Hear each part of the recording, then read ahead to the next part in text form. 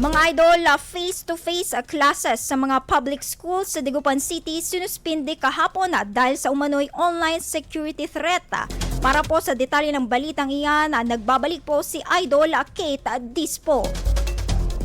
Sinuspende ang face-to-face classes sa mga public schools sa Dagupan City nitong Biyernes, July 24, 2026 matapos ang umano'y online security threat na agad na iniulat sa mga kinaukulang otoridad para sa verifikasyon at masusing investigasyon. Bilang kapalit ng mga in-person na klase, pinatupad ang alternative delivery mode upang matiyang ang magpapatuloy ang pag-aaral ng mga estudyante. Alinsunod ang suspensyon sa kautusan ng Schools Division Office Dagupan. Ayon sa mga opisyal, pangunahing layunin ng hakbang ang matiyang ang kaligtasan at seguridad ng mga mag-aaral, guro at iba pang kawanin ng paaralan, gayon din ang mabawasan ang pangamba ng mga magulang. Sa inilabas naman na pahayag ng FEDERICO and CERALDE Integrated School na nakatanggap ng umano'y online threat, nananatiling prioridad ng paaralan ng kaligtasan, seguridad at kapakanan ng buong komunidad. Patuloy rin umano itong nakikipag-ugnayan sa mga otoridad at susunod sa lahat ng kanilang rekomendasyon hinggil sa pagpapatuloy ng operasyon ng paaralan. Pinayuhan din ng pamunuan ng publiko na manatiling kalmado at iwasan ang pagpapakalat ng mga hindi beripikadong impormasyon, screenshot at mga haka-haka sa social media. Hinikayat ang lahat na umasa lamang sa mga opisyal na anunsyo ng paaralan at ng SDO Dagupan para sa mga susunod na abiso. Sa kasalukuyan, nagpapatuloy ang investigasyon ng mga kinauukulang otoridad